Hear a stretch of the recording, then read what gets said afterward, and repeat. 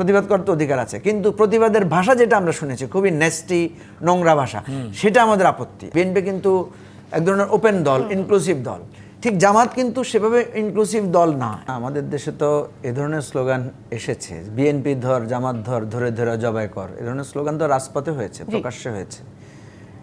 অর্থাৎ আমাদের রাজনীতি হঠাৎ করে যে উগ্র হয়েছে, হঠাৎ করে এই ধরনের স্লোগান হচ্ছে, বিষয়টা তা না। যুগ অনেক ধরে এটা হয়েছে। মানে ইন্ডিয়াতে পাচার কর, মস্কোতে পাচার কর, পাকিস্তানে পাচার কর, ধর, এই ধরনের বক্তব্য একে অপরের বিরুদ্ধে আমরা প্রচুর দিয়েছি, এখনো দিচ্ছি। সেটা আমি বলছি যে এটা হঠাৎ করে আসছে বিষয়টা এমন না, এটা আমাদের পুরানো একটা মানে ধারাবাহিকতা আছে। এখানে আপনি যে কথাটা বলছেন, দেখেন, বাক স্বাধীনতা এবং দায়িত্বশীলতা। বাক স্বাধীনতা আমার আছে, আমি এখন রহিন হোসেন প্রিন্স আমার শ্রদ্ধেয় বড় ভাই, কিন্তু আমার স্বাধীনতা আছে ওনার সব কাজের প্রতিবাদ করার, আছে না? নিশ্চয়ই। এখন আমি ওনাকে গালিও দিতে পারবো, আমার স্বাধীনতা আছে, কিন্তু এটা হচ্ছে দায়িত্বশীলতা। আমি গালিটা দিব কিনা, আমি যদি বলি যে আমার যা খুশি আমি ওনাকে তাই বলবো, আমার স্বাধীনতা আছে। কথা হচ্ছে আমি যাই খুশি তাই বলবো কিনা। আপনি ইয়েতে দিবেন, মিডিয়াতে দিবেন নাকি?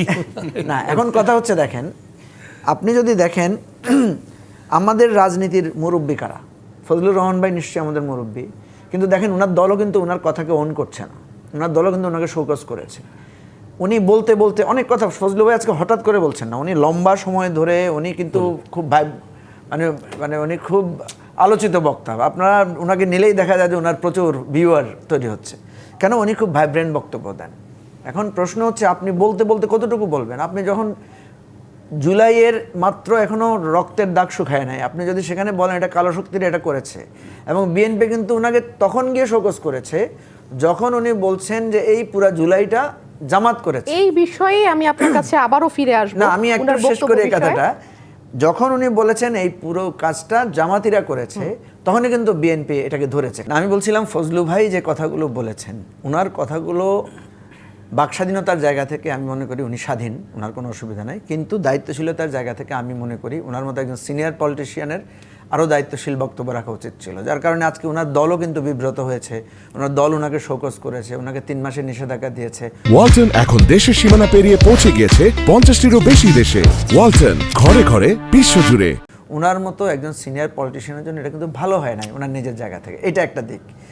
আর দিকটা যেটা আপনারা বলছেন যে মবের কথা, আমি কিন্তু ওখানে গিয়েছি, আমি গিয়ে দেখেছি খুব অল্প কিছু ছেলে পেলে ওখানে কিছু পোস্টার নিয়ে বসেছে।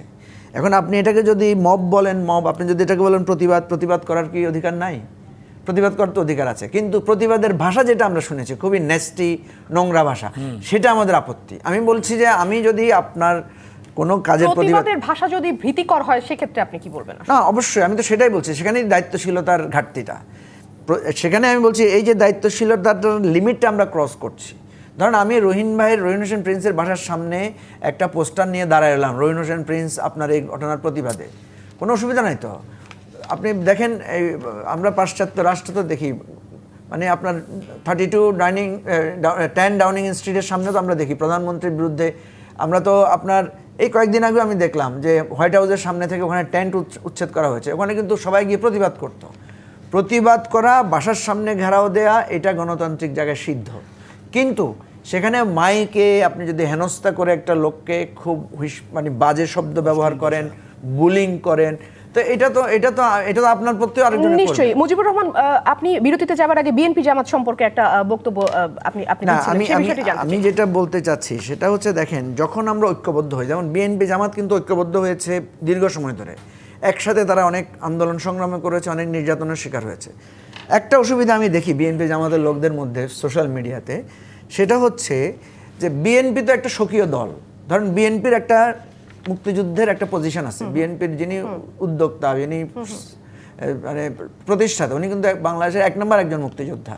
উনি তো দলটা মুক্তিযুদ্ধের উপরে, মুক্তিযোদ্ধাদের সংখ্যাধিক্যের জায়গা থেকে দলটা দাঁড়িয়ে আছে, এবং দলটার নেচার কিন্তু সেকুলার নেচার। বিএনপি কিন্তু এক ধরনের ওপেন দল, ইনক্লুসিভ দল, ঠিক জামাত কিন্তু সেভাবে ইনক্লুসিভ দল না, একটা এক্সক্লুসিভ ফর্মে একটা ধর্মীয় মানে আবহে জামাতের দলটা প্রতিষ্ঠিত।